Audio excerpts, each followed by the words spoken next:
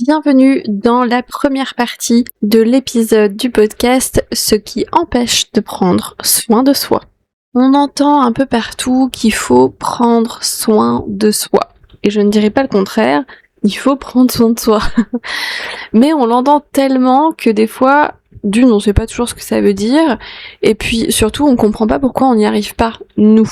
Et pourtant, c'est ni un manque de volonté, ni un manque de bonnes idées à mettre en place, ni toujours un manque de ressources, même si ça peut être un manque de ressources parfois, mais pas toujours. Donc, ce matin, j'avais envie de poser dans cet épisode une question un peu différente. Qu'est-ce qui, en amont, vient nous empêcher de prendre soin de soi? Parce que je crois que tant qu'on ne nomme pas ce qui fait obstacle, tant qu'on ne nomme pas l'éléphant dans la pièce, toutes les routines bien-être, tous les exercices, tout ce qu'on va essayer de mettre en place de manière plus ou moins obsessionnelle pour prendre soin de soi, resteront des injonctions. Et donc, en tant qu'injonction, ça crée une contrainte, ça crée une tension, ça ne crée pas beaucoup de satisfaction, ou alors de très court terme, et ça ne tient pas dans le temps, c'est pas pérenne. Alors que le fait de prendre soin de soi, ça devrait être quelque chose de pérenne, me semble-t-il. Bienvenue sur le podcast des Dessous du Psy. Je te partage tous les vendredis des réflexions à destination des particuliers et ou des professionnels exerçant la psychothérapie. Retrouve tous mes contenus sur mon compte Instagram psycréate-du-bas et inscris-toi sur la liste des chroniques créates si tu veux recevoir une fois tous les 15 jours des réflexions supplémentaires de ma part directement dans ta boîte mail. Partage cette émission aux personnes qui en ont besoin et laisse une belle note pour soutenir ce partage entre toi et moi. Je te souhaite une très belle écoute. Alors rentrons sans plus tarder dans le vif du sujet, puisqu'un premier blocage que je peux voir souvent, donc que ce soit chez mes patients, chez les pros que je supervise, chez moi aussi parfois, c'est cette survalorisation de l'intellect au détriment du corps. Comme si ce qui se passe dans la tête comptait plus que ce qui se passe dans le corps. Et je sais pas si c'est un travers des psychologues de manière générale, parce que bon, on va pas tourner autour du pot. Le métier de psy est quand même très intellectuel. Il est très mental, il est quand même dans la pensée. Même si on travaille avec le corps, avec des approches de sensorimoteur par exemple, ce qui est mon cas pour le coup, mais malgré tout, on a quand même besoin de comprendre ce qu'on est en train de faire, pourquoi on proposerait un travail de sensorimoteur, etc.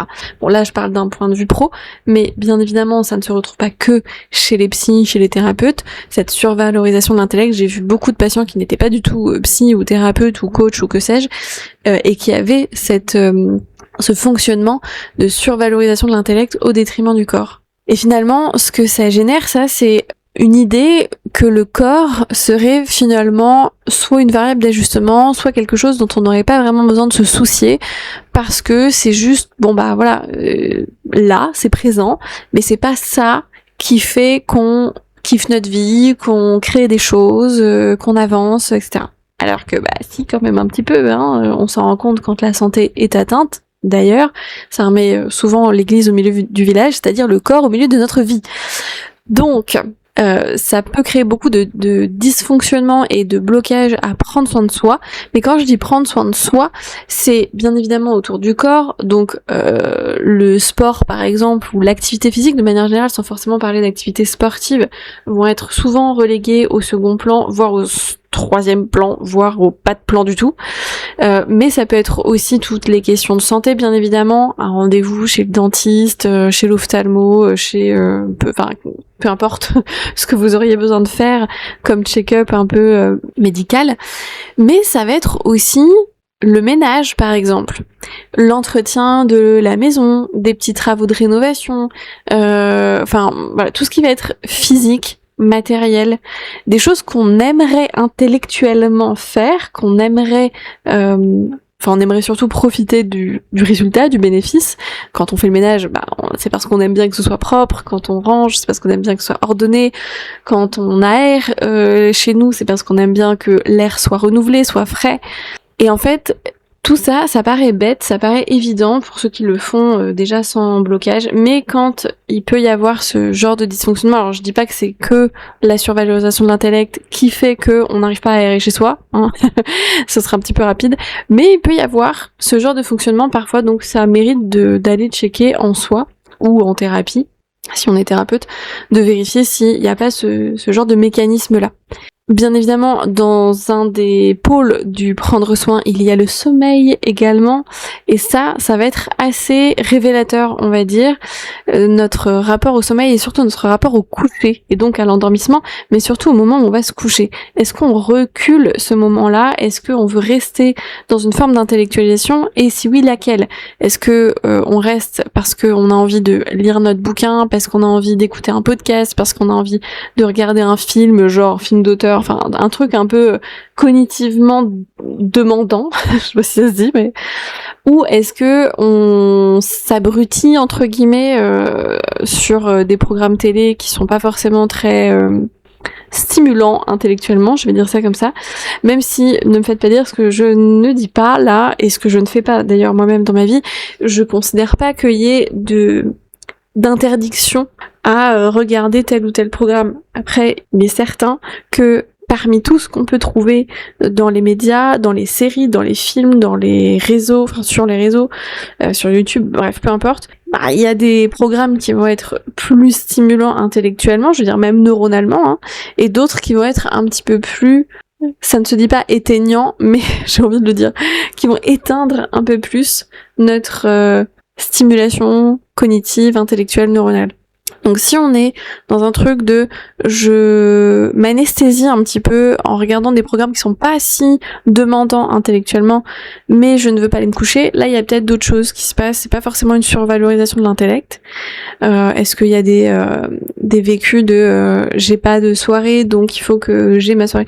Il y avait un de mes ex qui pensait beaucoup comme ça et qui arrivait le soir après le travail, vraiment ne voulait pas aller se coucher, même s'il était fatigué, même si ses yeux se fermaient, parce que il était convaincu d'être un peu spoilé, qu'on lui volait sa soirée, que s'il ne profitait pas de sa soirée, sa journée était merdique, et comme il voulait pas que sa journée soit merdique, il voulait que sa soirée dure un certain nombre de temps pour avoir l'impression d'en profiter. Alors qu'en réalité c'est un peu contre-intuitif, parce que si on est épuisé, qu'on est éclaté à souhait pendant sa soirée, on ne profite pas vraiment.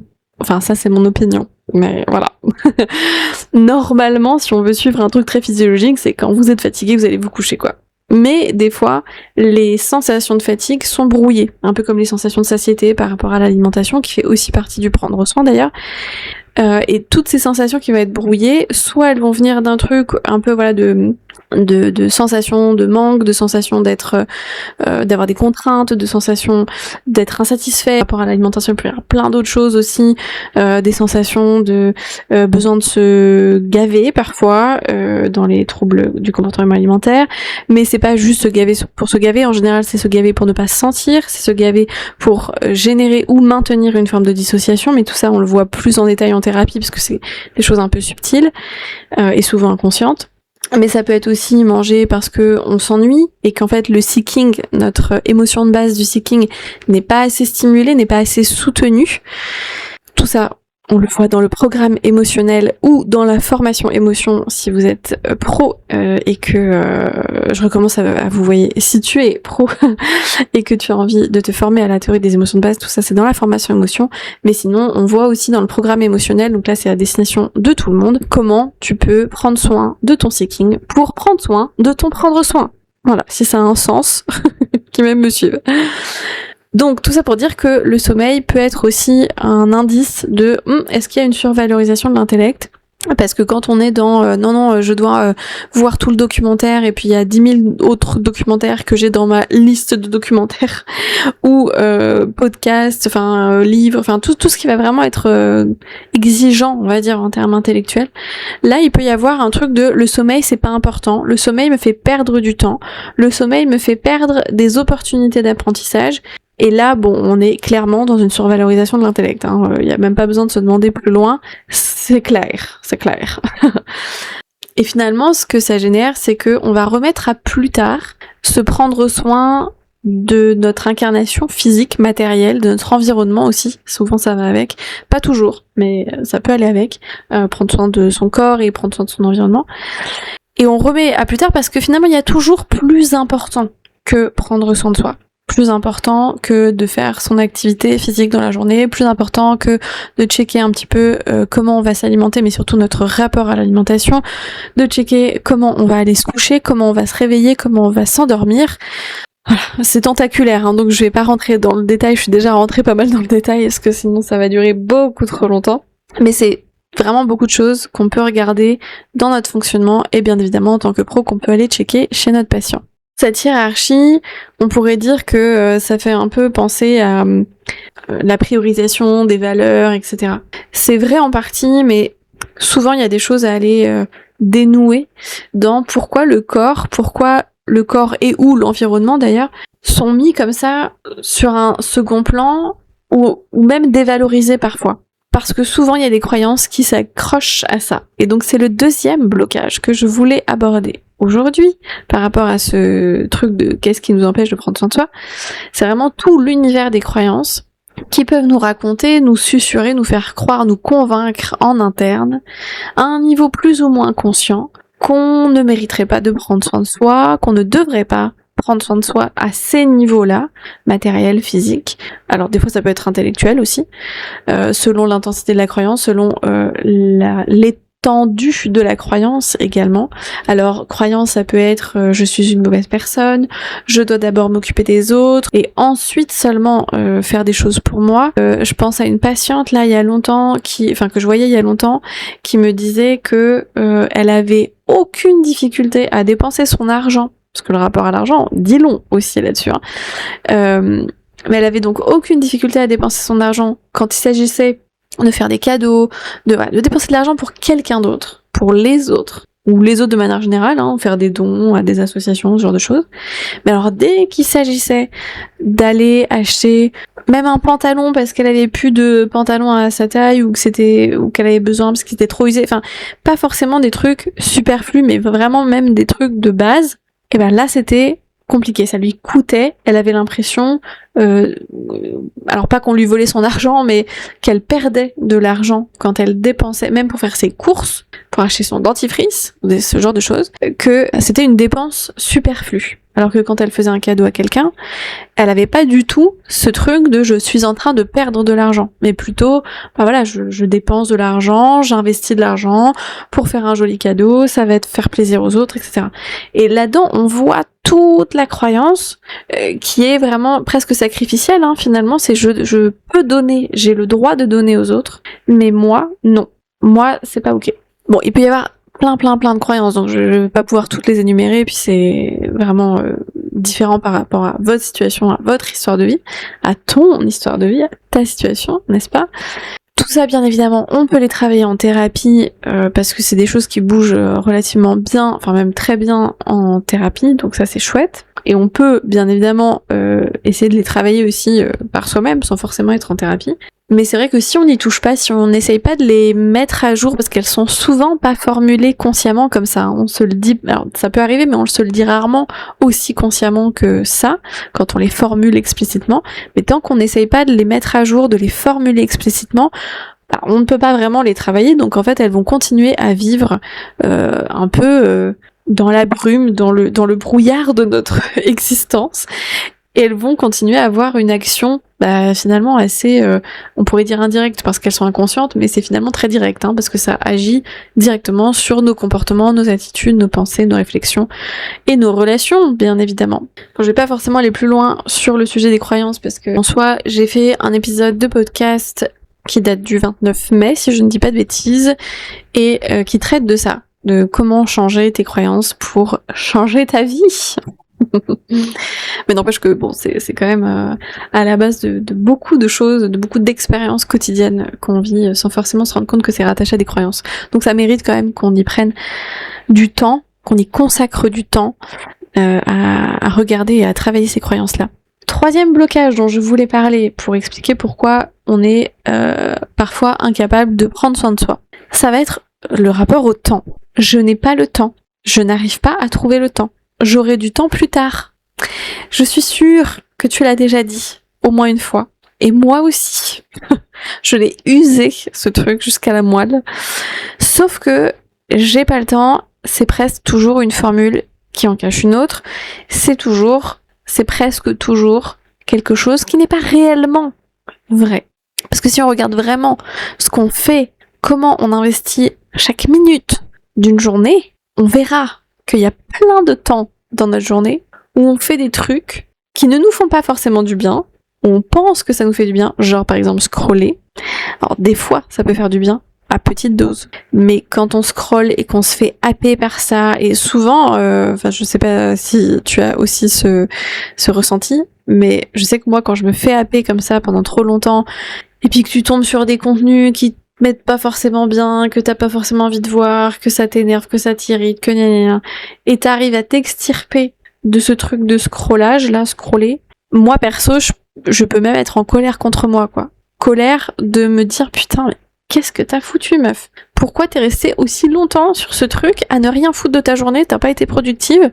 Ou à rien foutre de la dernière heure passée, alors que j'avais envie de lire, j'avais envie de faire mon petit crochet, j'avais envie d'aller me balader, j'avais envie de faire des papouilles à mon chien, enfin, peu importe, là je vous donne mes exemples à moi, mais ça peut être adapté à ce que vous aviez envie de faire, et c'est vrai que c'est quelque chose qui peut remplacer d'autres activités qui pourtant, ces activités-là, auraient eu cette fonction de prendre soin de vous. Donc faut faire attention avec le je n'ai pas le temps, parce qu'en fait le temps, alors parfois il peut manquer, c'est vrai, mais rarement. Et quand il manque réellement, quand il y a vraiment un souci d'agenda et de minutage, c'est qu'il y a peut-être un souci d'épuisement, c'est qu'il y a peut-être un souci de surmenage, c'est que peut-être il y a un souci d'organisation aussi, ou alors parfois on peut aussi trouver des problématiques de dépendance affective là-dedans, parce que la dépendance affective peut amener les gens à dire oui à tout. Donc à avoir 10 000 projets en même temps, et pas forcément des projets que personne vous a demandé. Quand je parle de la dépendance affective, c'est plus, il y a des gens qui nous demandent des services et on dit oui. Parce qu'après, si c'est des projets que vous avez envie de faire pour vous et qui n'impliquent pas forcément les autres, qui n'auront pas forcément de répercussions sur les autres, enfin, il y aura forcément une petite répercussion selon le projet, mais où c'est vraiment quelque chose qui vient de votre motivation. Là, on est plus dans éventuellement une suractivation du seeking, mais là, faut vérifier, parce que ça peut être aussi un degré d'énergie qui est supérieur à la moyenne, qui fait que vous avez beaucoup de projets. Mais il faut quand même vérifier, est-ce que beaucoup de projets fait que vous vous retrouvez complètement éclaté à la fin de chaque journée, que vous rêvez du week-end, et surtout le syndrome des vacances, que j'aime bien appeler le syndrome des vacances, où vous espérez vos vacances pour pouvoir supporter les dernières semaines de travail, et qu'une fois que vous êtes en vacances, en fait vous avez l'impression que ça passe beaucoup trop vite parce que vous n'avez pas le temps de vraiment profiter puisque vous êtes en train de récupérer des jours et des semaines avant, et que quand vous reprenez le travail, il y a la déprime juste après les vacances, le quotidien c'est merdique, pourquoi je fais ce travail-là, je suis pas heureuse finalement, et puis après vous vous convainquez que vous êtes quand même heureux parce que on a besoin d'un minimum de stabilité et de confiance dans le quotidien. Donc, je dresse un peu un tableau noir, là, je m'en rends bien compte.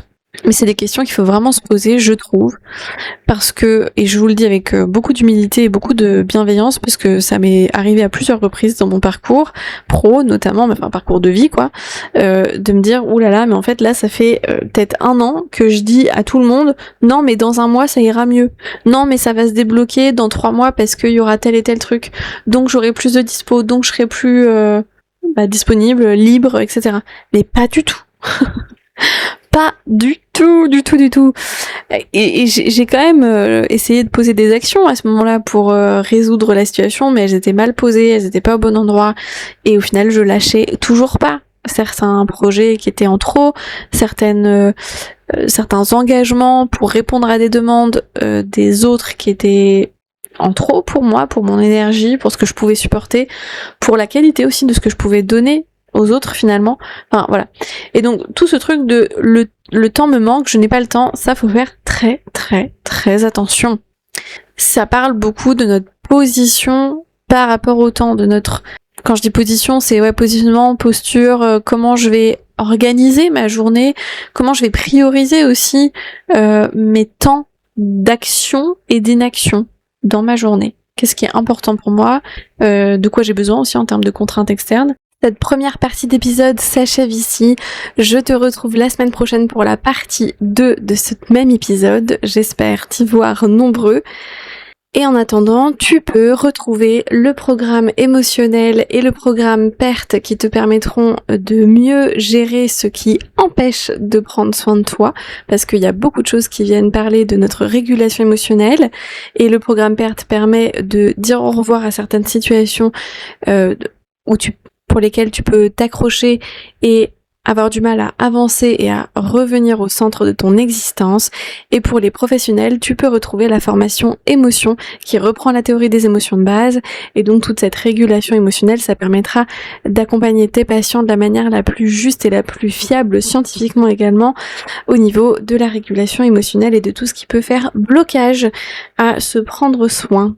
Je te dis à la semaine prochaine.